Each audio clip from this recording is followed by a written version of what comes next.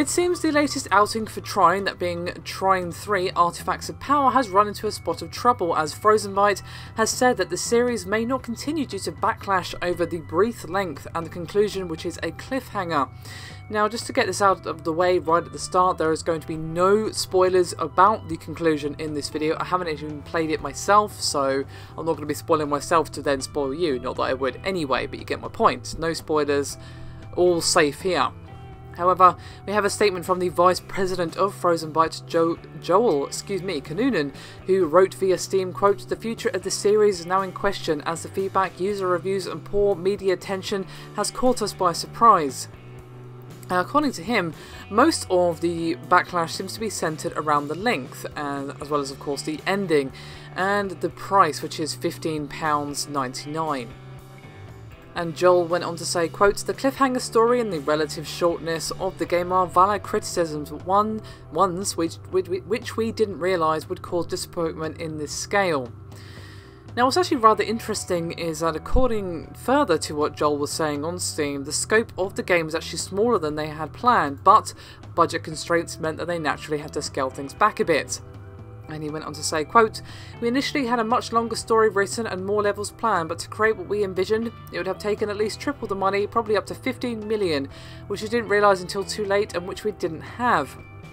And not to say that Frozenbyte were being stingy, as Trine 3 apparently cost 5.4 million to make, which is actually triple the budget of the rather excellent Trine 2.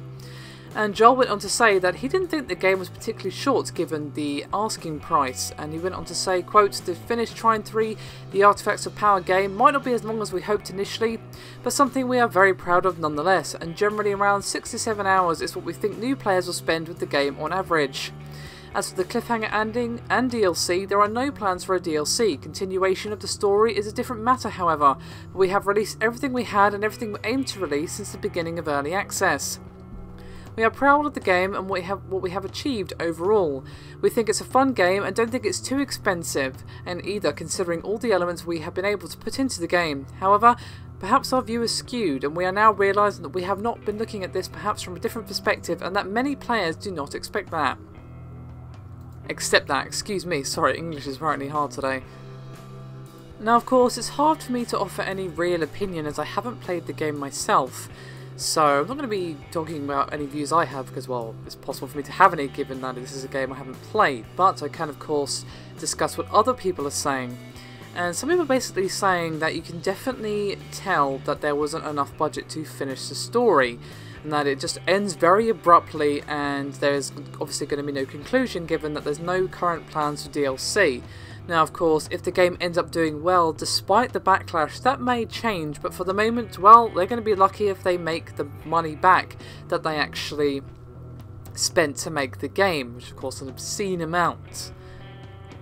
So I think the issue seems to be, at least judging from the comments, as I said I haven't played it, that not the length exactly, 6 to 7 hours for £15 or £16 to be more exact, is pretty damn good value, at least in my opinion. Of course, value is very much down to the person, but I'll be more than happy with that arrangement given that, you know, we've paid, you know, $60 for the Order 1886, which is about that long.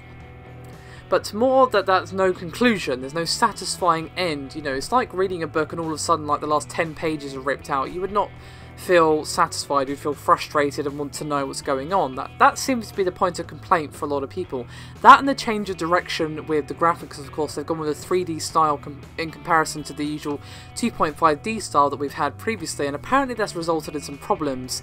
But, as I said, most of it seems to come down to the fact that it just slam ends, that's it, no closure. Of course, that's not me saying, that's judging from the comments that other people have made. So, I'd love to hear your thoughts from anyone who's actually played Trine 3 to the end. Please avoid spoilers as much as possible, or at least give a spoiler warning. I know you're talking about an ending, so spoilers are kind of hard to avoid, but at least a spoiler warning.